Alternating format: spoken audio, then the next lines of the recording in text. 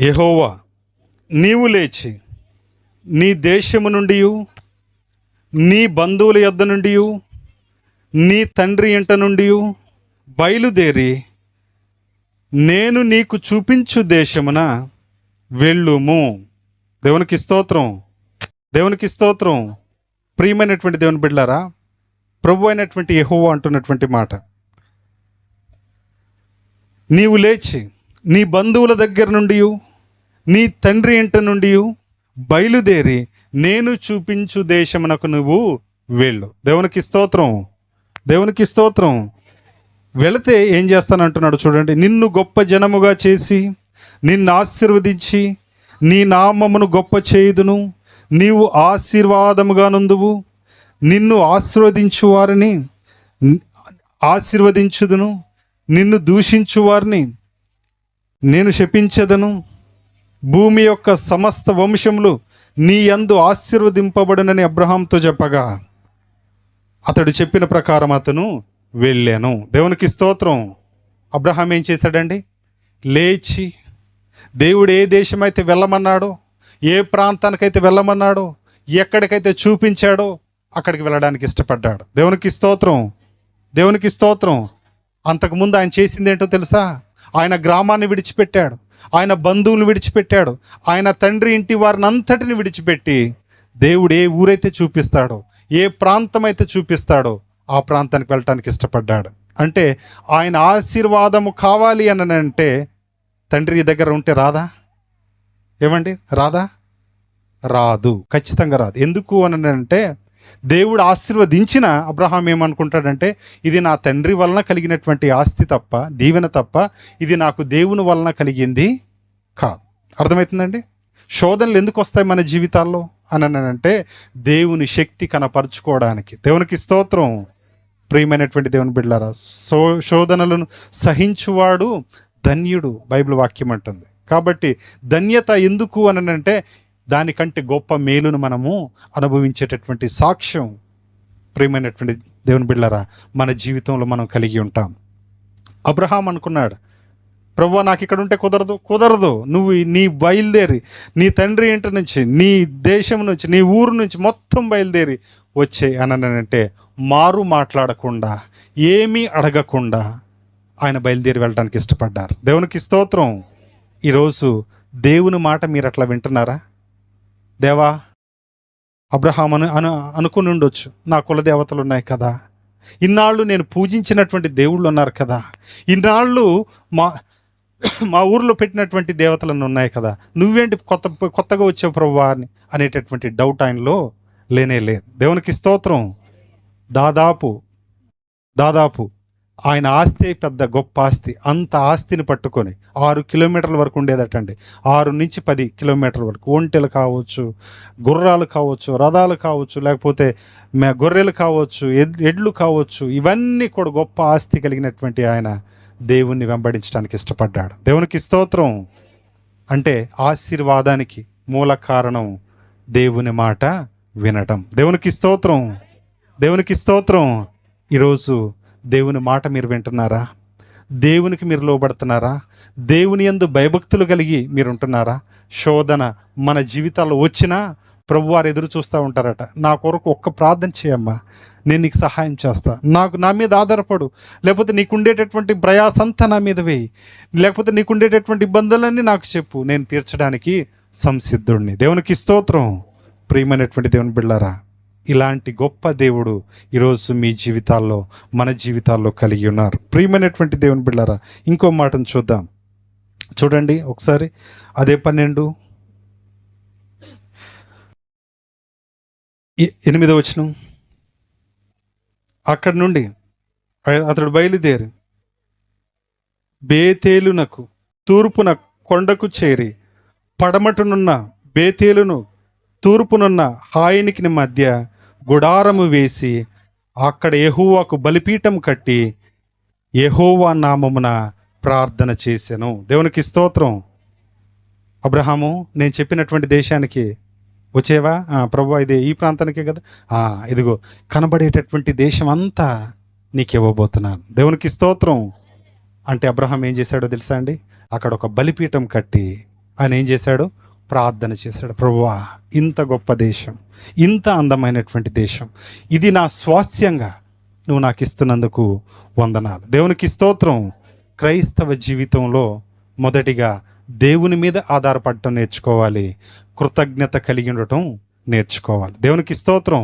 మొదటిగా మనకేముండాలండి? దేవుని మీద ఆధారపడటం నేర్చుకోవాలి. ఏం చెబితే అది చేయడానికి నువ్వు సిద్ధంగా ఉండాలి. ఏమండి? ఏం చెప్తే అది చేయడానికి మీరు సిద్ధంగా ఉండాలి. దేవునికి స్తోత్రం. తర్వాత రెండవదిగా దేవునికి మీరు ఏం చేయాలని అంటే కృతజ్ఞత కలిగి ఉండాలి. దేవునికి స్తోత్రం. ఈరోజు చాలా సమస్యలు వచ్చిన తర్వాత మనం ఎవరి వైపు చూస్తామని అంటే, ఉద్యోగస్తుడు అయితే తోటి ఉద్యోగస్తుడి మీద ఆధారపడతారు. అరే డబ్బులు ఉంటే నాకు కొంచెం చూడని. లేదు ఒక రైతు అనుకుంటే తోటి రైతు మీద ఆధారపడతారు. అవునండి. ఒక బిజినెస్ మ్యాన్ అయితే తోటి బిజినెస్ మ్యాన్ మీద ఆధారపడతాడు. ఒక పొలిటీషియన్ అయితే తోటి పొలిటీషియన్ మీద ఆధారపడతాడు. కానీ ఒక విశ్వాసి అయితే దేవుని మీద ఆధారపడతాడు. దేవునికి స్తోత్రం. అర్థమైందండి? అందుకని రాజులను నమ్ముట కంటే, అధికారులను నమ్ముట కంటే యెహోవాను ఆశ్రయించుట, చెప్పాలి, యెహోవాను ఆశ్రయించుట మేలు. దేవునికి స్తోత్రం. క్రైస్తవుని జీవితంలో యేసుక్రీస్తును అంగీకరించినటువంటి వారికి ఈ లోకంలో ఏ మానవుడు సహాయం చేయలేడు, కానీ కనబడనటువంటి గొప్ప దేవుడు నీకు సహాయంగా ఉండబోతున్నాడు. దేవునికి స్తోత్రం. ప్రియమైనటువంటి దేవుని బిడ్డలారా, అందుకనే వాక్యాన్ని మీరు వినాలి, వాక్యానికి లోబడాలి, వాక్యం మీ జీవితంలో పని చేసేటట్లుగా మీరు చేయాలి. దేవునికి స్తోత్రం. అబ్రహాము లోబడ్డాడు. బయలుదేరు అని అంటే బయలుదేరాడు. ఇదిగో ఈ దేశమే అని అంటే అక్కడ బలిపీఠం కట్టి దేవునికి కృతజ్ఞతాస్తుతులు చెల్లిస్తూ ప్రార్థన చేస్తున్నాడు. దేవునికి స్తోత్రం. ప్రియమైనటువంటి దేవుని బిడ్డలారా, ఈ లోకంలో ప్రార్థన అనుభవం నీకు ఉండాలి. ఏమండి?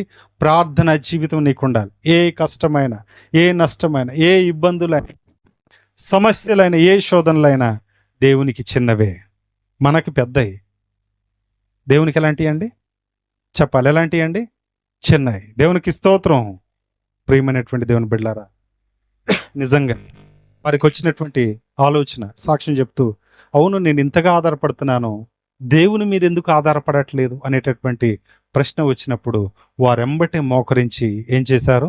ప్రార్థన చేశారు. దేవునికి స్తోత్రం. దేవునికి స్తోత్రం. ప్రియమైనటువంటి దేవుని బిడ్డలారా, క్రైస్తవ జీవితంలో మొదటిగా లోబడాలి, రెండవదిగా దేవుని ఎడల కృతజ్ఞత కలిగి ఉండాలి, మూడోదిగా చూద్దాం అబ్రహాం ఏం చేశాడనేది.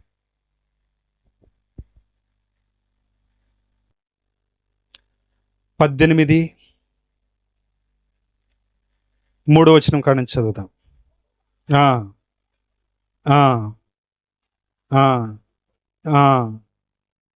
దేవునికి స్తోత్రం. ఇప్పుడు నీ దాసుని దాటిపోవద్దు. ఆయన మామ్రే వృక్షం కింద కూర్చొని ఉన్నప్పుడు, సింధూర వృక్షంలో దగ్గర, ప్రియమైనటువంటి దేవుని బిడ్డలారా, మనుషులు వెళ్ళిపోతున్నారు. సహజంగా అబ్రహాం నేచర్ ఏంటంటే, అబ్రహాం గుణం ఏంటంటే, ఆయన కళ్ళెదుట ఏ మనిషి వెళ్ళినా పిలిచి కూర్చోబెట్టి ఏం చేసేవాళ్ళండి? చెప్పాలి, ఆతిథ్యం ఇచ్చి, అంటే భోజనం, తర్వాత కొంచెం నీళ్లు వాళ్ళ తిత్తిల్లో పోసి వాళ్ళని సాగనంపేటవాడు. దేవునికి స్తోత్రం. మంచి అలవాట, చెడ్డ అలవాట? ఈ మధ్య ఇంటికి వెళ్తే టీ పోసేటోళ్ళు కూడా లేరు కదా. టీ కాదు, అసలు మంచినీళ్ళు ఇచ్చేటోళ్ళు లేరు. అవునండి కాదా? ప్రియమైనటువంటి దేవుని బిడ్డారా, కానీ అబ్రహాం అలాంటి వాడు కాదు. ఎవరన్నా ఆయన ముందు ఆ మనుషులు వెళ్ళిపోతుంటే ఉరిక్కిపోయి వెళ్ళి, ఎదురుంగెళ్ళి వాళ్ళ దగ్గర నిలబడి నమస్కారం చేసి, అయ్యా మా ఇంటి మీద నుంచి వెళ్తున్నారు కదా, మా గుమ్మం నుంచి వెళ్తున్నారు కదా, రండి, కొంచెం నీళ్లు, కొంచెం ఆహారం, అట్లా జస్ట్ స్నాక్స్ అని చెప్పి ఒక ఎద్దుని కోసేటోడు వెనకాల. అంటే ఒక ఆ ఎద్దు, పెద్ద ఎద్దు కోసి ఆ రోజు వాళ్ళకి డిన్నర్ పెట్టి పంపించేటోడు. దేవునికి స్తోత్రం. అంత అతిథి ప్రియుడు. అంటే సేవకులన్నా, తోటి మనుషులన్నా ఆయనకి గౌరవం ఎక్కువ. ఎందుకు అనంటే, దేవుడు ఏమన్నా ఈ రూపంలో నా దగ్గరికి వస్తున్నాడేమో అనేటటువంటి ప్రేమ ఆయనకి. దేవునికి స్తోత్రం. అర్థమైందండి? అర్థమవుతుందండి? దేవుడు ఏమన్నా ఈ రూపంలో నా దగ్గరికి వస్తున్నాడేమో అని చెప్పి తెలియక, దేవుడని తెలియక, దేవునికి చాలాసార్లు, మనుషులకి చాలాసార్లు ఆయన పరిచర్య చేసినటువంటి వారు. దేవునికి స్తోత్రం. ప్రియమైనటువంటి దేవుని బిడ్డలారా, అబ్రహాము గుణం పరిచర్య చేసేటటువంటి గుణం. దేవునికి స్తోత్రం. అంటే సేవ చేసేటటువంటి గుణం. ఒక ఆమె ఉంది, అయ్యగారు పద్దాక మన ఇంటికి వస్తున్నారు కదా, మన మేడ గది మీద ఏం చేద్దాం, అయ్యగారికి ఒక గది కడదాం అని అనుకున్నది. ఆమె ఎవరు చెప్పారా? సునేమిరాలు. దేవునికి స్తోత్రం, దేవునికి స్తోత్రం. ప్రియమైనటువంటి దేవుని బిడ్డలారా, అట్లా సేవకులను, మనుష్యులను ప్రేమించేటటువంటి గుణం అబ్రహాములో ఉంది కాబట్టి ఆయన దీవించబడ్డాడు. ప్రియమైనటువంటి దేవుని బిడ్డలారా, విధేయత చూపించాడు, దేవునికి మొరపెట్టడం నేర్చుకున్నాడు, దేవుణ్ణి సన్మానించడం కూడా అబ్రహాం నేర్చుకున్నాడు. దేవునికి స్తోత్రం, దేవునికి స్తోత్రం. ఈరోజు సంఘాన్ని మీరు ప్రేమిస్తున్నారా? ప్రియమైనటువంటి వాళ్ళరా, సంఘంలో మీ సేవకుని మీరు గౌరవిస్తున్నారా? సేవకులను మీరు ప్రేమించగలుగుతున్నారా? ఏమండి, సేవకులని, సంఘాలను మీరు ప్రేమించినట్లయితే సగం సమస్యలు పోతాయండి. సంతోషం ఉన్న చోట సమస్యలు ఉండవు. తెలుసా ఈ విషయం మీకు? ఆనందం అట అన్ని రోగాలకి ఆయుష్ అటండి. అంటే మీరు ఎంత సంతోషంగా ఉంటే అన్ని జబ్బులు మీ దగ్గరికి రావు. దేవునికి స్తోత్రం, దేవునికి స్తోత్రం. ఈరోజు మీరు సంతోషంగా ఉన్నారా? మీకు ఎలాంటి బాధ అయినా సరే తీసివేయడానికి ఆయన సిద్ధంగా ఉన్నాడు. ప్రార్థన చేయడానికి సంఘం ఉంది ఇక్కడ మీ కొరకు. మీరు సంతోషంగా ఉన్నారా? సంఘముతో మీరున్నారా? నా యందు మీరును, మీ యందు నా మాటలను నిలిచి ఉండిన ఎడల మీకు ఏది ఇష్టమో అడుగుడి, అది మీకు అనుగ్రహింపబడును. దేవునికి స్తోత్రం. యోహాను సువార్త 15:7 అంటారు, నా యందు మీరును, మీ యందు నా మాటలను నిలిచి ఉంటే మీరు ఏమడిగినా, అంటే సంఘంతో కలిసి మీరేమడిగినా అది మీకు అనుగ్రహింపబడుతుంది. దేవునికి స్తోత్రం. ఈరోజు ప్రియమైనటువంటి దేవుని బిడ్డలారా, సంఘములో మనం భాగమై ఉండాలి. యేసు క్రీస్తుకు విధేయులమై ఉండాలి. యేసు క్రీస్తుకు మొరపెట్టే వారమై ఉండాలి. యేసు క్రీస్తుని సన్మానించేటటువంటి వారమై ఉండాలి. దేవునికి స్తోత్రం, దేవునికి స్తోత్రం. ప్రియమైనటువంటి దేవుని బిడ్డలారా, ఇలాంటి గుణం మనకుంటే గనక, ఇలాంటి ప్రేమ మనకుంటే గనక నిజంగా మనం దీవించబడినటువంటి వారమే. ప్రియమైనటువంటి వర్లరా, ఇంకో గుణం చూద్దాం. అబ్రహాంలో ఏముంది అని అంటే చూడండి, 22:9 చదువుదాం.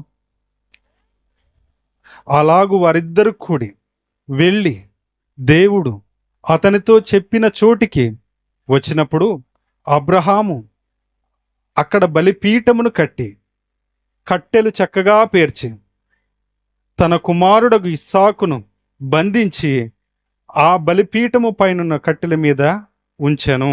అప్పుడు అబ్రహాము తన కుమారుని వధించుటకు తన చెయ్యి చాపి కత్తి పట్టుకొనగా యెహోవా దూత పరలోకము నుండి అబ్రహామా, అబ్రహామా అని పిలిచెను. దేవునికి స్తోత్రం, దేవునికి స్తోత్రం. ప్రియమైనటువంటి దేవుని బిడ్డలారా, మూడోదిగా ఆయన బలి అర్పించేటటువంటి గుణం, అంటే దేవుని కొరకు సమస్తాన్ని ఇచ్చేటటువంటి గుణం అబ్రహాం కలిగి ఉన్నాడు. ఏం చేశాడు అని అంటే, లేక లేక ప్రభువారు ఆయనకు కుమారుణ్ణి ఇస్తే ఆయన ఏం చేశారు అని అంటే, అబ్రహామా నీ కుమారుణ్ణి నాకు బలిగా ఇస్తావా అని అంటే డౌట్ ఏమని చెప్పాడా? రేపిస్తా ప్రభు అని అన్నాడా? లేదా ప్రభువా ఒక 3 సంవత్సరాలు అయిన తర్వాత ఇస్తానని చెప్పాడా? లేదు. ఆయనకు ఎప్పుడైతే ప్రభు దర్శనం కలిగిందో ఆ రోజే తీర్మానించుకున్నాడు ఇచ్చేద్దామని. దేవునికి స్తోత్రం. తీసుకెళ్ళాడు, పర్వతం దగ్గర తీసుకుని వెళ్ళి అప్పటికి అడుగుతూ ఉంటాడు ఇస్సాకు, నానా ఏది బలి పశువు అంటే ఉందరా అని చెప్తున్నాడు, నువ్వేరా అని చెప్పలే. అర్థమైందండి? మనమైతే అదే మనం గడుకుంటే ఏడుచుకుంటూ కట్టెలు పేరుస్తూ బాధపడుతూ ప్రియమైనటువంటి లేనిపోని ఆలోచనలన్నీ మనం కలిగి దాంట్లో సగం వరకు మన స్వార్థమే ఉంచుకొని కలిగి ఉంటాం. కానీ అబ్రహాంలో అదేమీ కూడా లేదు. ఏం చేశాడు అని అంటే కొడుకుని సహితం బలి ఇవ్వడానికి ఇష్టపడ్డాడు. నానా ఏది బలిపీషం అంటే ఆ టైంకి వస్తుందిరా నువ్వు కాముగుండు అని అన్నాడు. నానా ఏది కట్టెలు కూడా పేరు చేసాము అయిపోయింది కదా, ఇంకేది బలిపోషం అంటే వస్తుందిరా ఆగు అని చెప్పి ఆయన వెనక్కి తిరిగినప్పుడు పడేసిండు, కాళ్ళు కట్టేసిండు, చేతులు కట్టేసిండు, మోసుకెళ్ళి బలిపీఠం మీద పెట్టేశాడు. బలిపీఠం మీద పెట్టి కత్తి ఎత్తంగానే ప్రభువారు అబ్రహమా ఆగాగు, నీ పరీక్ష ఏమైనావు దీంట్లో చెప్పాలి, ఏమైపోయినావు. మనమైతే చెప్పాలి, మనమైతే ఫెయిల్ అవుతాం. కానీ అబ్రహాం ఏమయ్యాడు? పాస్ అయిపోయాడు. దేవునికి స్తోత్రం. అదిగో పొదల్లో గొర్రె పిల్ల ఉంది, దాన్ని బంధించు, నీ కొడుకు నిప్పే, నువ్వు ఆల్రెడీ పాస్ అయిపోయావు. ఇక నీలో ఏ డౌట్ లేదు, నువ్వు నిజంగా గొప్ప విశ్వాసి. దేవునికి స్తోత్రం. ప్రియమైనటువంటి దేవుని బిడ్డలారా, ఈరోజు మన కనులు దేవుణ్ణే చూడాలి. ఆయన కనులు భూమి అందంతటా సంచరిస్తూ చూస్తున్నాయి. ఎవరు నా కొరకు ప్రార్థన చేస్తారు, ఎవరు నా మీద ఆధారపడతారు, ఎవరు నన్ను వెతుకుతున్నారు, ఎవరు నా కొరకు అంగలారుస్తున్నారు, ఎవరు నా కొరకు ఉపవాసం ఉండి ప్రార్థన చేస్తున్నారు, ఎవరు ఎన్ని శోధనలతో ఉన్నారని చెప్పి ఆకాశము నుండి ఆయన కనులు పరిశీలన చేస్తున్నాయి. నువ్వు ప్రార్థన చేసే స్థితి కూడా ఆయన చూస్తున్నాడు. నువ్వు ఏడ్చే స్థితి కూడా దేవుడు చూస్తున్నాడు. తగిన సమయమున నీకు జవాబు ఇవ్వడానికి ఆయన సిద్ధంగా ఉంటున్నాడు. దేవునికి స్తోత్రం. దేవునికి స్తోత్రం. ప్రియమైనటువంటి దేవుని బిడ్డలారా, ఈరోజు ప్రార్థన జీవితం నువ్వు కలిగి ఉన్నావా? ప్రార్థనతో నువ్వు బ్రతుకుతున్నావా? ప్రార్థన నీ జీవితంలో ఉందా? రోజుకు ఒకసారి ప్రార్థన చేసేవాళ్ళు చాలా తక్కువ, వారానికి ఒకసారి ప్రార్థన చేసేవాళ్ళు చాలా ఎక్కువ, అనునిత్యం దేవునితో మొరపెట్టేటటువంటి వారు చాలా తక్కువ. ప్రియమైనటువంటి సంగమా, ప్రియమైనటువంటి దేవుని బిడ్డలారా, ఈరోజు దేవునితో మీ అనుభవం ఏంటి? ఎప్పుడైనా కొలుచుకున్నారా? వాట్ ఈజ్ యువర్ ఫెయిత్ అనేది, మీ విశ్వాసం అనేది ఎంత ఉందనేది కొలుచుకున్నారా? బియ్యం మిల్లు కాడికి పంపిస్తే ఎన్ని వచ్చినాయో లెక్కేసుకుంటారు. కూరగాయలు కొట్టుకెళ్ళి తీసుకొస్తే ఎన్ని కూరగాయలు వచ్చినాయో లెక్కేసుకుంటారు. అవునండి కాదా? డబ్బులు కూలికి వెళ్తే ఎన్ని డబ్బులు తిరిగి వస్తాయో లెక్కేసుకుంటారు. కానీ మీ విశ్వాసం మాత్రం మనం ఏం చేయం? కొలుచుకోలేం. నా ఆత్మీయ స్థితి ఏంటి? నేను ప్రార్థించగలుగుతున్నానా? నేను దేవుని మీద ఆధారపడగలుగుతున్నానా? దేవునికి మొరపెట్టగలుగుతున్నానా? ప్రియమైనటువంటి దేవుని బిడ్డలారా, అబ్రహాంకి ఈ పరీక్షలన్నీ వస్తే అబ్రహాం అన్ని పరీక్షలను ఏమయ్యాడు చెప్పాలి? ఏమయ్యాడండి? పాస్ అయిపోయాడు. దేవునికి స్తోత్రం. విధేయత ఉంది, కృతజ్ఞత భావం ఉంది, ఆతిథ్య భావం ఉంది. తర్వాత అర్పణ ఇచ్చే విషయంలో మరో మాట లేకుండా ఆయన అర్పించడంలో కూడా ఆయన ముందుగానే ఉన్నాడు. దేవునికి స్తోత్రం. దేవునికి స్తోత్రం. ప్రియమైనటువంటి దేవుని బిడ్డలారా, ఈరోజు మన స్థితి ఏంది? కష్టాలు నమ్ముకున్న వాళ్ళకి, విశ్వాసంగా ఉన్నోళ్ళకి ఎక్కువ వస్తాయండి. మరలా చెప్తున్నాను, పరిశుద్ధంగా ఎవరైతే ఉంటారో, ఎవరైతే ఆత్మీయ స్థితిని వారు నిత్యం కాపాడుకుంటూ ఉంటారో అలాంటి వారికే కష్టాలు వస్తాయి. నెక్స్ట్, ఎవరి ప్రార్థన వింటాడు అని అంటే, ఎవరైతే ఆయన అడుగు జాడల్లో నిలిచి ఉంటారో వారి ప్రార్థన దేవుడు వింటాడు. దేవునికి స్తోత్రం. అంటే అప్పుడప్పుడు చేస్తే విండా అని మీకు డౌట్ రావచ్చు. అవసరాల కోసం చేస్తే మీ ప్రార్థన ఏం చేస్తాడు ప్రభువారు? హోల్డ్లో పెడతారు. నువ్వు ఎంతవరకు నా మీద ఆధారపడగలుగుతున్నావు? దేవునికి స్తోత్రం. ఎంతవరకు నువ్వు నా మీద ఆధారపడగలుగుతున్నావు? ఒకవేళ ఒకరోజు ప్రార్థన చేసి 2 రోజులు ప్రార్థన చేసి నువ్వు గనక మానుకుంటే అది సరైనటువంటి భక్తి జీవితం కాదు. ఆయన దగ్గర నుంచి జవాబు వచ్చేంత వరకు కూడా నువ్వేం చేయాలి? ప్రార్థన చేస్తూనే ఉండాలి. దేవునికి స్తోత్రం. దేవునికి స్తోత్రం. ప్రియమైనటువంటి దేవుని బిడ్డలారా, అబ్రహాం ఆ రీతిగా ప్రార్థన చేయటం మొదలు పెట్టాడు. అందుకని ఆయన ఏమని పిలిచాడో తెలుసా? ఒకసారి చూద్దాం. గలతీయులకు రాసిన పత్రికలో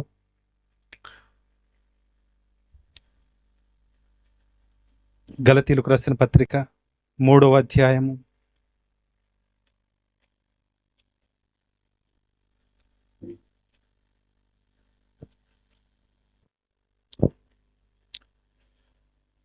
8వ వచనం. దేవుడు విశ్వాస మూలంగా అన్యజనులను నీతిమంతులుగా తీర్చునని లేఖనము ముందుగా చూచి నీ యందు అన్యజనులందరూ ఆశీర్వదింపబడుదురు అని అబ్రహామునకు సువార్తను ముందుగా ప్రకటించెను. దేవునికి స్తోత్రం. అన్యజనులం అంటే మనమే, ఇశ్రాయేలు కాని జనాంగం. మనమంతా కూడా విశ్వాస మూలముగా, ఏమండి? విశ్వాస మూలంగా అంటే, విశ్వాసం అంటే హెబ్రీయులకు రాసిన పత్రిక 11వ అధ్యాయం 1వ వచనం, అదృశ్యమైనవి ఉన్నవని నమ్ముటయే విశ్వాసం. దేవునికి స్తోత్రం. అంటే కనబడనటువంటివి, కనబడేటటువంటివన్నీ కొంతకాలం ఉండి పోయాయి, కానీ కనబడనివి అవి అనిత్యములు, అంటే ఎల్లకాలం జీవించేవి. దేవునికి స్తోత్రం. గాలి మనకు కనపడదు, బతుకుతున్నావా? గాలి 10 సెకండ్లు లేకపోతే చచ్చిపోతాం. అవునా కదండి? కనబడుతుందా? కనబడట్లేదు, అదృశ్యమైనటువంటి లక్షణం కలిగింది. కానీ దాని మూలంగా మనం బ్రతుకుతున్నాం. ప్రియమైనటువంటి దేవుని బిడ్డలారా, దేవుడు కూడా సర్వంతర వ్యామి అయి ఉన్నాడు. ఆయన భూలోకానంతటిని ఆయన చూస్తున్నాడు. ఆయన ఆత్మ ద్వారా పరిశుద్ధాత్మ కార్యాలు భూలోకంలో ఇప్పుడు జరుగుతున్నటువంటి కాలం ఇది. కాబట్టి నీ స్థితి అంతా తెలుసు, నీ పరిస్థితులంతా తెలుసు. నువ్వు ఎప్పుడైతే దేవుని మీద ఆధారపడటం నేర్చుకుంటావో, ఎప్పుడైతే దేవునికి నువ్వు మొరపెట్టడం నేర్చుకుంటావో, ప్రియమైనటువంటి దేవుని బిడ్డలారా, సమస్త కార్యాలన్నీ నీ కొరకు జరుగుతూ ఉంటాయి. నిజమే, వారు డెంగ్యూ ఫీవర్ వచ్చినప్పుడు సేవకులు వెళ్ళి ప్రార్థన చేశారు. లైవ్గా వెళ్ళి ప్రార్థన చేసిన వాళ్ళు ఉన్నారు. సంఘాలతో ప్రార్థన చేసినటువంటి వారు ఉన్నారు. అయ్యగారులు, తిమోతి అయ్యగారులు ప్రతి సోమవారం జూమ్ మీటింగ్ దాంట్లో కూడా చెప్పారు. ఇలా అనేక చోట్ల సేవకుల మీటింగుల్లో, ఇట్లా అనేక చోట్ల మీకు తెలియని ప్రజలు కూడా మీ కొరకు ఏం చేస్తున్నారు? ప్రార్థన చేస్తున్నారు. దేవునికి స్తోత్రం. ప్రియమైనటువంటి దేవుని బిడ్డలారా, ఈ ప్రార్థనలన్నీ విన్నటువంటి దేవుడు తప్పకుండా మీ సమస్యల నుంచి, మీ కష్టాల నుంచి, మీ శోధనల నుంచి ఆయన ఏం చేస్తాడంటే విడుదల దయచేసేటటువంటి దేవుడు. దేవునికి స్తోత్రం. వ్యాజ్లిన్ అనేటటువంటి ఆయన గురించి మీరు విన్నారా? ఎప్పుడన్నా విన్నారండి? ఆయన ఆకలికి బాగా ఇబ్బంది పడేటోడటండి. తిండి ఉండేది కాదు. వాళ్ళమ్మ చలికి మంచి ఇల్లు లేక ఎటు చలి ఎటు వస్తే చర్మం పగిలిపోయి, కాళ్ళని పగిలిపోయి, మొఖాలని పగిలిపోయి, పెదవులన్నీ పగిలిపోయి రక్తం కారుతూ ఉండేది ఆమె. ఆ తల్లిని చూసినప్పుడల్లా ఈయనకు బాధ అనిపించేదట. ప్రభువా, నువ్వు దేవుడవా, నువ్వు దేవుడు ఉంటే నువ్వు నాకు సహాయం చేయి అని చెప్పడం, ప్రార్థన చేయటం మొదలు పెట్టిండటండి ఆయన. ఇలా ఈ వ్యాస్లిన్ అనేట ఆయన ప్రార్థన చేయటం మొదలు పెట్టాడు. దేవుడా, నువ్వు ఉంటే చెప్పాలి, నువ్వు ఉంటే నాకు సహాయం చేయి, నువ్వు ఉంటే మా అమ్మను బాగు చేయి, నువ్వు ఉంటే నువ్వు నాకు సహాయం చేయి అని చేయటం మొదలు పెట్టాడు. ఇలా ప్రార్థన చేస్తూ ఉంటే ఉన్న బియ్యం అయిపోయినాయి, ఇంట్లో తినటానికి ఉన్న ఇంట్లో ఉండేటటువంటి ఆహార పదార్థాలన్నీ అయిపోయినాయి. ఇక అక్కడక్కడ బంధువులు ఇంటికి వెళ్ళి తిట్టడం మొదలు పెట్టారు. ఆ బంధువులు 1-2 రోజులు పెట్టి భోజనం వాళ్ళు ఏం చేశారని అంటే, అరే నీకు ఒక పూట భోజనం పెట్టి పెట్రోల్ అట తోడాలట, వెళ్ళి తోడుతావా అని చెప్పారు. పెట్రోల్ అట ఏం చేయాలి? తోడాలి, వెళ్ళి తోడుతావా అంటే ఒక పూట ఫుడ్ పెడుతున్నారు, మంచిదే కాదని చెప్పి ఇక వెళ్ళిపోయాడు. నేను చేస్తానని చెప్పి వెళ్ళాడు. ఆ పెట్రోల్ ఆ పెద్ద బంక్ దగ్గరికి వెళ్తే వాళ్ళు అన్నారట కదా, నువ్వు పిల్లోడివి, నువ్వు పని చేయమని చెప్పారట. ఆయన నేను చేస్తా అని అన్నాడు. ఎందుకంటే మా తల్లికి కొంత ఆహారం తీసుకొని వెళ్ళొచ్చు అనేది ఆయన ఆలోచన. ఇట్లా వెళ్ళి, లేదు నేను చేస్తా, ఖచ్చితంగా చేస్తా, నువ్వు నాకు ఇయ్యండి అని అంటే, సరే దిగు, అదంతా శుభ్రం చేయి అని అన్నారట. ఆ రోజు తోడటం, దాంట్లో ఉండేటటువంటి వేస్ట్ ఆయిల్ని చేతులతో ఎత్తి పారబోయారు.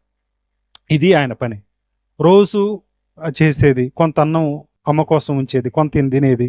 సాయంత్రం ఆ ఆయిల్ చేతులతోనే ఇంటికి వెళ్ళిపోయేది.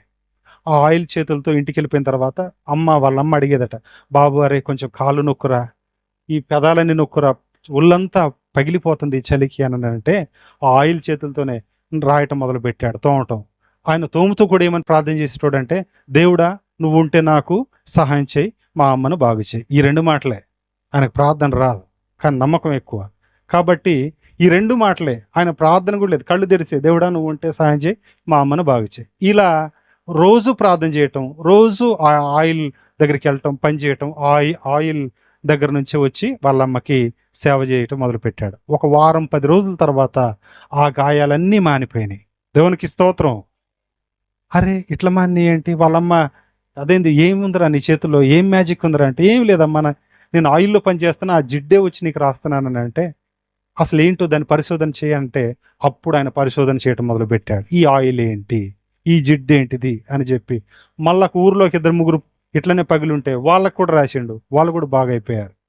అప్పుడు ఈ ఆయిల్లో ఏదో మ్యాజిక్ ఉంది. దేవునికి స్తోత్రం. ప్రభువా ఇదేంటిది అని దాని గురించి ఎంక్వైరీ చేస్తూ, పరిశోధన చేస్తూ, ప్రాక్టీస్ చేస్తూ, ఇక దాని గురించి ఇక చదువు లేదు కానీ పరిశోధనలు మొదలు పెట్టాడు.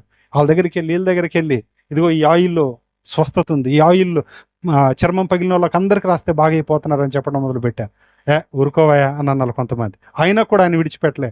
ఆయన ఎవరైతే విశ్వసించారో వాళ్ళందరికీ రాశారు, వాళ్ళందరూ కూడా ఏమైపోయారు? బాగయ్యారు. అరే అని చెప్పి ఆ ఏరియాలోనే ఆయిల్ దగ్గర నుంచే నేను ఇది అమ్ముకుంటా అని చెప్పారట, అమ్ముకోరా అని చెప్పారట. వీళ్ళు తీసి అమ్ముకోవడం మొదలు పెట్టాడు. వ్యాస్లిన్ అని ఇప్పుడు వస్తుందా మీ దగ్గరికి? ఇదంతా ఆయన ప్రయోగమే. దేవునికి స్తోత్రం.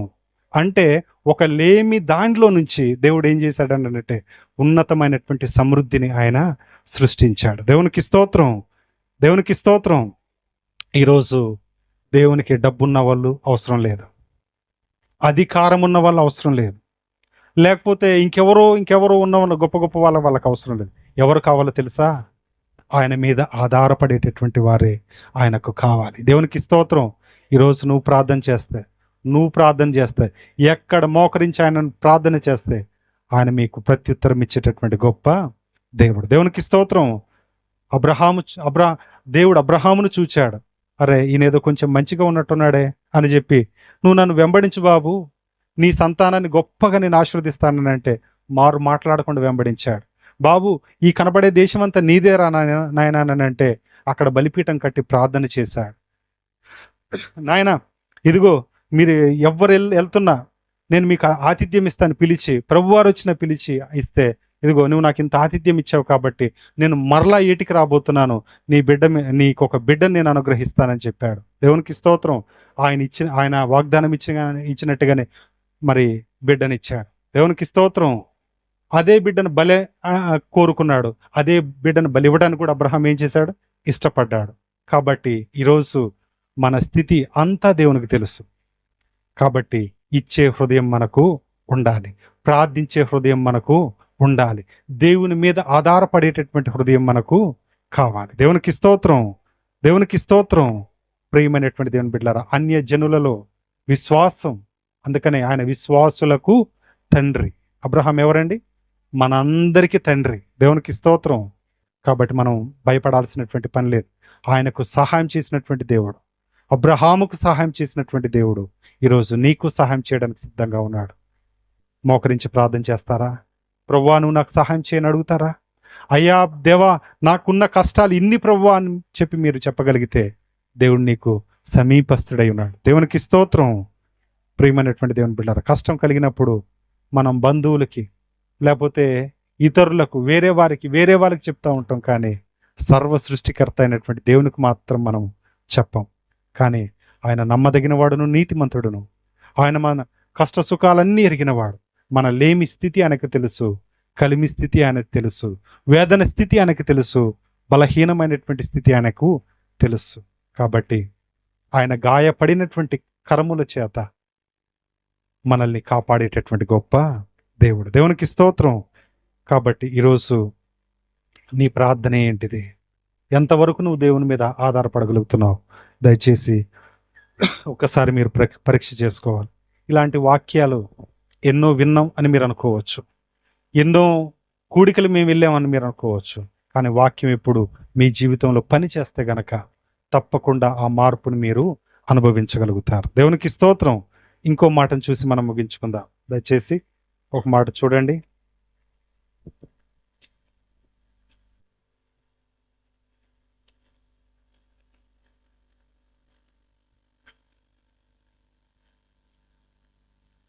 ఆదికాండం 22:18. మరియు నీవు నా మాట వినినందున భూలోకములోని జనములన్నీ నీ సంతానము వలన ఆశీర్వదింపబడును, నా తోడని ప్రమాణం చేసి ఉన్నానని యెహోవా సెలవిచ్చెను. దేవునికి స్తోత్రం. భూలోకములో జనములన్నీ నీ సంతానం వల్ల. నీ సంతానం అంటే ఏంటిది? విశ్వాస సంతానం. దేవునికి స్తోత్రం. ఎవరండి? విశ్వాస సంతానం అంటే దేవుణ్ణి చూడకపోయినా, అబ్రహామును చూడకపోయినా, ఆయన స్థితిని నమ్మి ఎవరైతే విశ్వసిస్తారో వారందరూ కూడా భూలోకంలో వారు దీవించబడుతున్నారు. దేవునికి స్తోత్రం.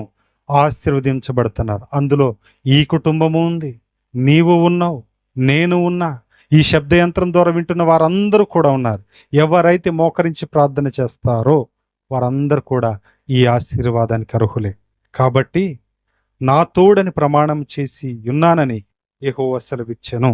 కాబట్టి ఇది వాగ్దానంతో కూడినటువంటి ఆశీర్వాదం. నిజంగా ఇందాక శ్రమలను గూర్చి ఒక పాట పాడారు, వాటి నుంచి విడుదల పొందిన తర్వాత ఒక పాటను పాడారు.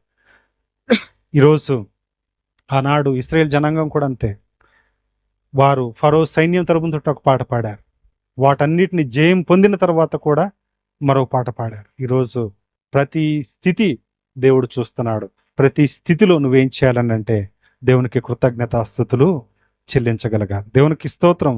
అందుకనే ఆయన గుప్పిలి విప్పి ప్రతి జీవి కోరికను ఆయన ఏం చేస్తున్నాడు? తృప్తిపరుస్తున్నాడు. ప్రతి జీవి కోరికను ఆయన ఏం చేస్తున్నాడండి? తృప్తిపరుస్తున్నాడు. ఆనాడు అబ్రహామును తృప్తిపరిచాడు. ఈనాడు ఈ వాక్యం వింటున్నటువంటి మనల్ని అందరినీ కూడా తృప్తిపరచడానికి ఆయన సిద్ధంగా ఉన్నాడు. దేవునికి స్తోత్రం. దయచేసి మీ కష్టాల్లో మీరు ప్రార్థన చేస్తారా? నాకు ఆళ్ళీళ్ళు ఉన్నారనేటటువంటి ధైర్యం కంటే బెటర్ యూ కెన్ సే, నా వెనక ఎవరున్నారు? సర్వశక్తిమంతుడైనటువంటి చెప్పాల దేవుడు ఉన్నాడు. దావీదంటాడు, గాఢాంధకారపు లోయలో నేను సంచరించినను ఏ అపాయమునకు నేను భయపడను. నువ్వు నాకు తోడయుందువు, నీ దుడ్డు కర్రయు నీ దండము నన్ను ఏం చేస్తుంది? ఆదరిస్తుంది. దేవునికి స్తోత్రం. కాబట్టి గాఢాంధకారపు లోయ, ఇంతకంటే భయంకరమైనటువంటి పరిస్థితుల్లోకి మనల్ని దేవుడు మన చేయి విడిచేవాడు కా. దేవునికి స్తోత్రం. ఏమండి, మీకు పుట్టినటువంటి పిల్లలు ఏడుస్తుంటే మీరు చూస్తూ ఉంటారా? ఏమండి, చూస్తూ ఉంటారా? ఒక ఆమె చాక్లెట్ లేదని ఏడుస్తుందట పిల్ల. లేదే లేదే లేదే అని చెప్పినా కూడా పిల్ల ఆగట్లే. ఇది ఏం చెప్పినా ఆగట్లేదని చెప్పి తల్లి అడవటం మొదలుపెట్టాను. దేనికోసం? చాక్లెట్ కోసం. నీకు ఎన్నిసార్లు చెప్పాలని ఆమె ఏడుస్తుంటే ఇంతలోకి నాన్న వచ్చాడు. నాన్న వచ్చిన తర్వాత వీళ్ళిద్దరు ఏడిసి చూసి ఆయన ఏడవటం మొదలుపెట్టాడు. నా భార్య ఏడుస్తుందంటే పెద్ద రీజనే కదా అని అనుకోను. ఏడ్చి ఏడ్చి బాగా ఏడ్చి, ఎందుకు ఏడుతున్నావే అని అన్నాడట. పిల్లకి చాక్లెట్ కదా, ఓహో ఇది సింపులే కదా, చిన్నదే కదా, నేనే కదా ఇవన్నీ ప్రొవైడ్ చేసేద్దరా అని చెప్పి ఎత్తుకొని వెళ్ళి కావాల్సినవన్నీ కొని, ఆమె ఒకటి అడిగింది, ఆయన 10 కొనిచ్చిండట. దేవునికి స్తోత్రం. చూసారా ఎంత గొప్ప తండ్రి. కాబట్టి అప్పుడు కూతురు సంతోషంగా ఉంది, భార్య సంతోషంగా ఉంది, తండ్రి కూడా ఎట్లున్నాడు? సంతోషంగా ఉన్నాడు. దేవునికి స్తోత్రం.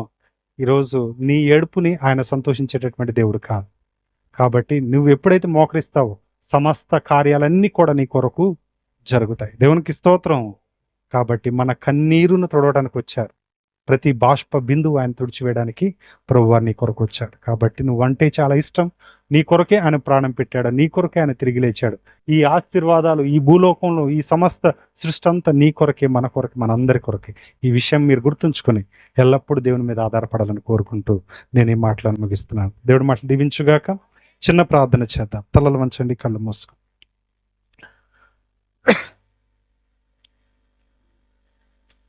ఈరోజు మన స్థితి దేవుడు చూస్తున్నాడు. అబ్రహాము స్థితిని దేవుడు చూచాడు. ఆయన గుప్పిలి విప్పి అబ్రహాము కోరికను ఆయన తీర్చాడు. ఈరోజు ఆయన గుప్పిలి విప్పి నీ కోరికను కూడా ఆయన తీర్చడానికి సంసిద్ధంగా ఉన్నాడు. దేవుని దగ్గరకు వచ్చి అడగవా? దేవుణ్ణి వేడుకోవా? ప్రభువా నువ్వు నాకు సహాయం చేయని అడిగితే ఆయన ఈ భూలోకంలో ఎవ్వరూ ఇవ్వలేనటువంటివి, ఎవ్వరూ తీర్చలేనటువంటివి, ఎవ్వరూ దయచేయలేనటువంటివి. మీ తల్లిదండ్రులన్న మీకు కొన్నిసార్లు లేదు కాదు అని అంటారేమో, కానీ మీరు అడిగేది పరమ తండ్రిని. ఆయన సమస్తమును మీకు అనుగ్రహించగల సమర్థుడు. దయచేసి మనమందరము దేవుని అడుగుదాం. దేవా, ఈ కుటుంబం భయంకరమైనటువంటి విపత్తు పరిస్థితుల్లో అనారోగ్యం పాలై హాస్పిటల్లో వేదన పొందుతున్నటువంటి సమయంలో వారి ప్రార్థన మీరు విన్నారయ్యా ప్రభువా. మా ప్రార్థన మీరు విన్నారు ప్రభువా. ఈ కుటుంబాన్ని ప్రభువా సంసిద్ధమైనటువంటి కుటుంబంగా, ఆశీర్వాదము పొందినటువంటి కుటుంబంగా, మేలులను ప్రకటించేటటువంటి కుటుంబంగా ప్రభువా మీరు చేసినందుకు వందనాలయ్యా. ఇలాంటి గొప్ప కార్యాలను నీ బిడల జీవితంలో ఇంకెన్నెన్నో దయచేస్తూ ఆత్మీయ స్థితిలో, ఉన్నతమైనటువంటి స్థితిలో ఈ నీ కుమార్తె కూడా అబ్రహాము కుమార్తె అని పిలువబడులాగున మీరు నీ కృపను దయచేసి కాపాడండి. వాక్యం విన్న ప్రతి హృదయాన్ని మీరే తాకండి. ఇదిగో నాయన, అబ్రహాము జీవితంలో ఆయన ఏది కావాలని ఎంచుకోలేదు, కానీ మీరు పెట్టేటటువంటి ప్రతి పరీక్షలో ఆయన ప్రభువా నెగ్గాడు. ఈరోజు మా జీవితాల్లో మేము ప్రతి శోధనను మేము జయించుకుంటూ నీలో ఆత్మీయ బలం పొందుకుంటూ ఎందుకంటే మీరు చేసేవి ఒక కార్యం కాదు ప్రభువా. నిజంగా రేపు అనేది కూడా మీదే, నిన్న అనేది కూడా మీదే, ఈరోజు అనేది కూడా మీదే ప్రభువా. ఇటు గొప్ప ఆశీర్వాదం మాకందరికీ దయచేయండి. శోధనలను ఎదుర్కొనేటటువంటి కుటుంబంగా ప్రభు, ఈ కుటుంబాన్ని ఆర్థిక పరమైనటువంటి స్థితుల్లో ఉన్నతమైనటువంటి కుటుంబంగా, అప్పిచ్చేటటువంటి కుటుంబంగా, నాయన చేయబోతున్నటువంటి వ్యవసాయ పనులన్నిటిలో మేలుకరమైనటువంటి ఆశీర్వాదము ఫలించేటటువంటి కుటుంబంగా, వారు తలపెట్టిన ప్రతి కార్యం కూడా నీ యందు 60 100 1000 ప్రభువా తలపెట్టేదిగా వారి బిడ్డలను కుమార్తెలను అందరినీ దీవించి ఆశీర్వదించమని కోరుకుంటూ, విన్న వాక్యాన్ని వారి హృదయాలు ఫలించులాగా మీరే మీ కృపనిచ్చి కాపాడు. యేసు క్రీస్తు నామమున అడిగి వేడుకుంటున్నాము తండ్రి. ఆమేన్, ఆమేన్. దేవునికి స్తోత్రం. హల్లెలూయా. మీకు అందరికీ నా హృదయపూర్వక వందనాలు. తిరిగి ఈ కార్యక్రమానికి ఆహ్వానించిన కుటుంబ సభ్యులకి, తర్వాత మరి మా ఆత్మీయులు సేవకులు, మా పాస్టర్ తిమోతి గారికి, మా బావ గారికి ప్రత్యేకమైనటువంటి వందనాలు తెలియజేస్తూ, పరిచయం చేస్తున్నటువంటి దావీదు కూడా నా వందనాలు తెలియజేస్తూ ఈ కార్యక్రమాన్ని తిరిగి వరకు అప్పగిస్తున్నాను. స్తోత్రము తండ్రి, పరిశుద్ధుడా గొప్ప దేవా, నీ బంగారు పాదములకు స్తోత్రాలయ. దేవా, నేను పాపిని, పనికిరాని దాన్ని, ఎదుట నిలవలేని దాన్ని, పెంట కుప్పలో పడి ఉన్నదాని దేవా, నన్ను లేవనెత్తుకొని నీ బిడ్డగా మలుసుకొని నీ సాక్షిగా ఈ స్థలమునందు నిలబెట్టినందుకు మీకెంతో కృతజ్ఞత స్తోత్రాలు చెల్లిస్తున్నానయ్యా. అర్హత లేని నన్ను, నా కుటుంబాన్ని కూడా సజీవంగా ఉంచినందుకు మీకు వందనాలు చెల్లిస్తున్నానయ్యా. ఇదిగో దేవా, మీ సన్నిధానంలో మేము ఎట్టి రీతిగా అయితే మొక్కుబడి చేసుకొని ఉన్నామో అది మీకు తెలుసు. కానీ దాన్ని చెల్లించలేక సతమతం అవుతున్న వేళలో భయపడొద్దు, నేనున్నానన్న దేవుడవు, నా కార్యము నేను జరిగించుకుంటాను మహిమకరంగా అన్న దేవుడవు తండ్రి. అయ్యా, ఈ కార్యక్రమం తండ్రి మా కోసము గాని, మా గొప్ప కోసము గాని కాదు, గాని మీ మహిమ కోసం జరగాలేసయ్యా. మీ మహిమ కోసమే ఈ సాక్ష్యం ఉండులేగా, ఈ కూడిక ఉండులేగా మీరు జరిగించండి. అలాగే ఈ సాక్ష్యం ఈని ఒక్క ఆత్మన్న మారటానికి మీ కృప సహాయం చేయమని మీకే మహిమ ఘనత చెల్లిస్తూ యేసు పరిశుద్ధ నామమున అడిగి వేడుకుంటున్నాం తండ్రి. దైవ సేవకులందరికీ నా వందనాలండి. ఇక్కడ కూడి వచ్చిన సంఘస్థులందరికీ నా వందనాలు. ఈ కూడికే మొక్కుబడి కూడికే, అలాగే కృతజ్ఞత కూడికే, అలాగే మా వ్యవసాయం పని కానీ, మా కూలి పని కానీ ప్రారంభించుకొని మా పాప యొక్క చదువుని కూడా కొనసాగించాలనే కూడికే, 3 రకాలుగా ఈ కూడికను మేము ఏర్పాటు చేయటం జరిగింది. ఈ కూడిక ఇది మేము మా పాప కోసం మొక్కుబడి చేసాము. మా చిన్న పాప 2023లో మా పాప మరణాంచుల వరకు వెళ్ళింది. 2024లో మేము సంతోషంగా ఉంటామంటే మరలా కూడా మరణాంచుల వరకు వెళ్ళింది. కానీ మేము ఆ స్థలంలో ఉన్నప్పుడు నా కూతురు ఒక మాట అన్నది, అమ్మ నాకే ఎందుకు ఇన్ని శ్రమలు వస్తున్నాయి, నాకే ఎందుకు ఇంత కష్టం వస్తుంది, అమ్మ నన్నప్పుడే డెంగ్యూ జ్వరం వచ్చినప్పుడు వదిలేయమంటే నువ్వెందుకు బ్రతికించుకున్నావు అని నా కూతురు అడిగింది. నేను ఇప్పుడు తట్టుకోలేకపోతున్నాను, నన్ను వదిలేయమ్మా అని నా కూతురు అన్నప్పుడు ఒకటే ఒక మాట అన్నా నా కూతురుతో, భయపడనవసరం లేదు, సృష్టించిన దేవుడు వాగ్దానంతో పుట్టారు మీరు, అడ్డగోలుగా అయితే ఈ భూమి మీదకి రాలేదు. దేవుడు ప్రతి ఒక్క మనిషికి ఒక సాక్ష్యం అనేది ఇస్తాడు. అది నీ జీవితంలో కూడా దేవుడు ఏదో ఒక ప్రణాళిక కలిగి ఉన్నాడు. దాన్ని నెరవేర్చటానికే దేవుడు నీకు ఈ శ్రమ ఇస్తున్నాడు. నీవు బ్రతుకు దినములలో నీకు, నీ కుటుంబానికి, నీ సమాజానికి ఒక సాక్ష్యంగా నీవు సాక్ష్యం చెప్తూ జీవించాలనే దేవుడు ఈ శ్రమ మనకి ఇస్తున్నాడు. ఒకవేళ దేవుడు మనల్ని వదిలేసిన, ఒకవేళ బ్రతికించిన, ఏదైనా ఆయన చిత్తమే. ఆయన కోసమే మనం బ్రతకాలి. మన కోసం ప్రాణం పెట్టాడు కదమ్మా మన దేవుడని నేను నా కూతురుకి చెప్పాను. నాకు తెలియకుండా నా కూతురు తనకి తెలియకుంటే నేను ఒక్కరికి కనపడకుండా ఒక్కరం మేము బాగా కుమిలిపోయాం దమాపేట హాస్పిటల్లో. మా అయ్యగారు తిమోతి గారు రోజుకొక సేవకుల్ని పంపిస్తూ మమ్మల్ని ఆదరిస్తూ మా కోసం ప్రార్థించటానికి పంపించారు. అందులో ఈ అయ్యగారు కూడా ఉన్నారు. ఆయన పేరు నాకు తెలియదు. టైటస్ అయ్యగారు ఉన్నారు. అలాగే రాఘవ నాగరాజు ఉన్నారు. సతీష్ కూడా ఉన్నారు. ఆయన రాలేదు. అలాగే చాలా దూరం ప్రాంతం నుండి కూడా ప్రవీణయ్య గారు, కవితక్క గారు కూడా వచ్చారు. వారు ఈ స్థలంలో లేరు. ఇంకొక సేవకులు కూడా వచ్చేవారు మా కోసము. ఆయన లేరు. వారు వచ్చిందే కాకుండా మీకు వేడి నీళ్ళు కావాలా, భోజనం కావాలా, మీరు దేనికి భయపడొద్దని మాకు చెప్పేవారు. మాకు చాలా ఆనందం వేసేది.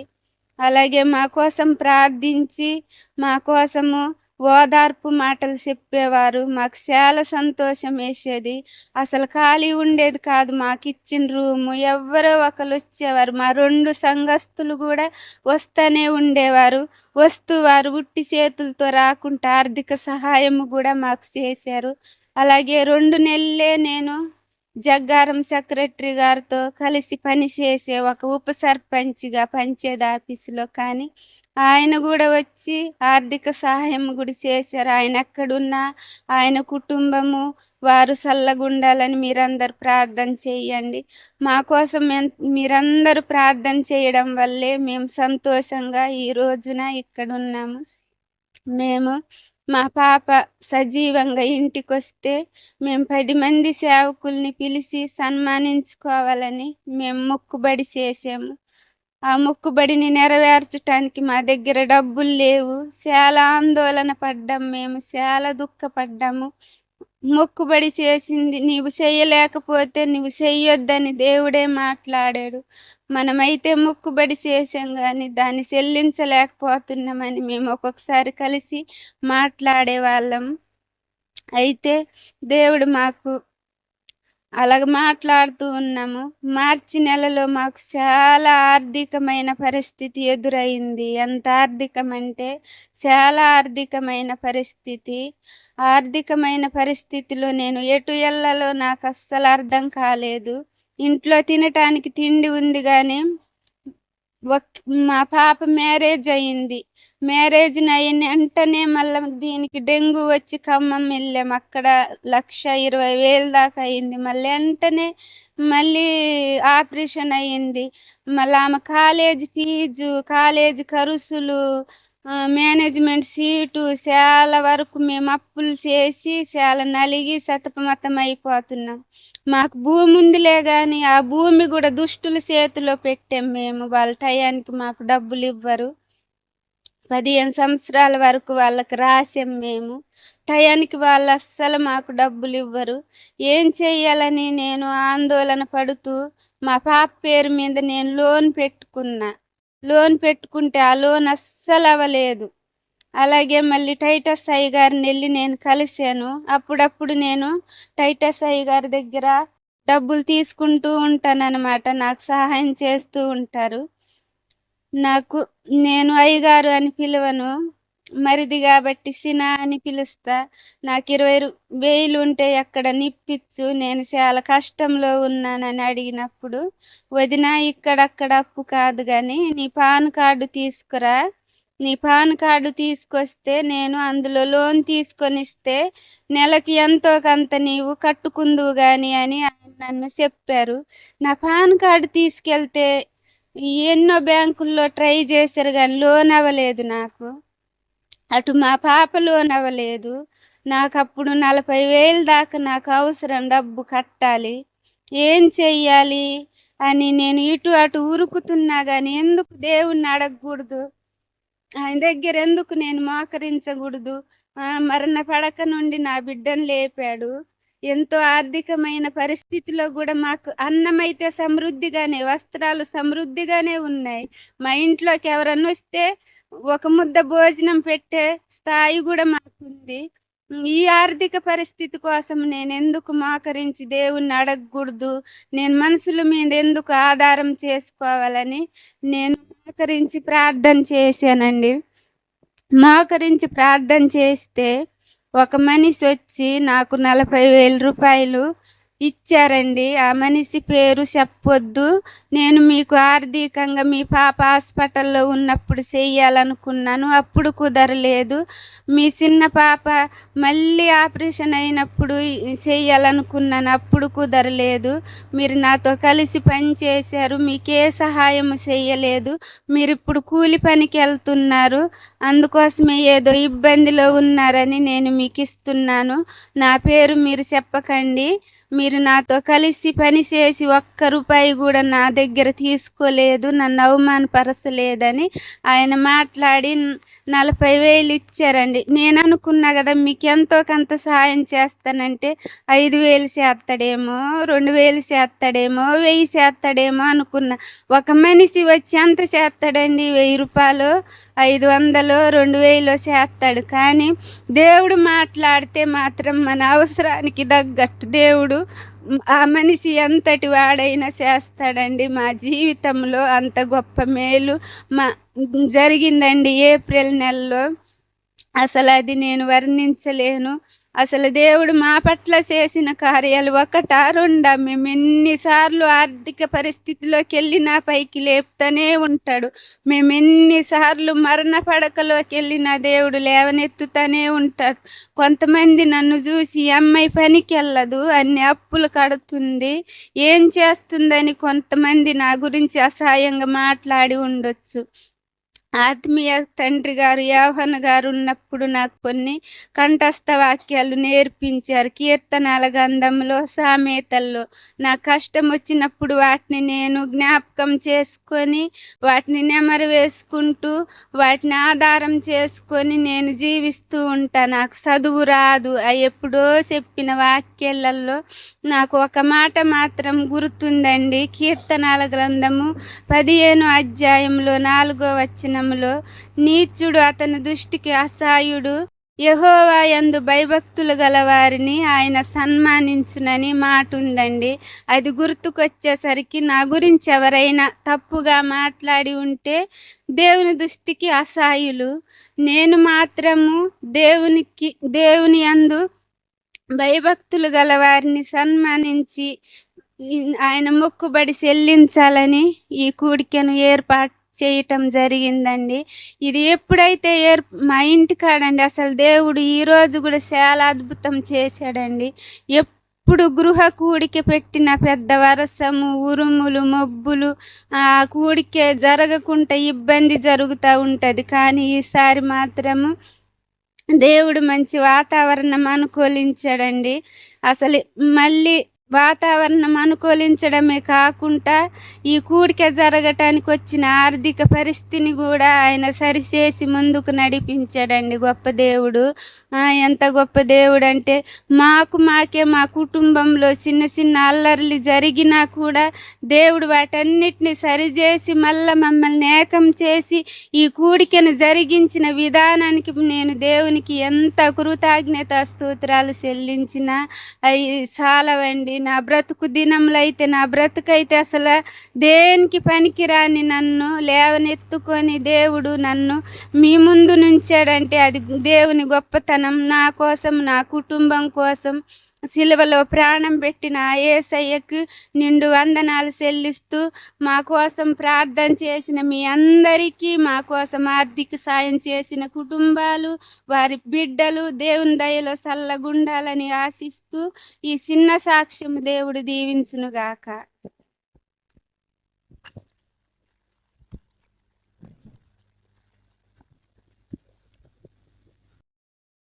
Thank you.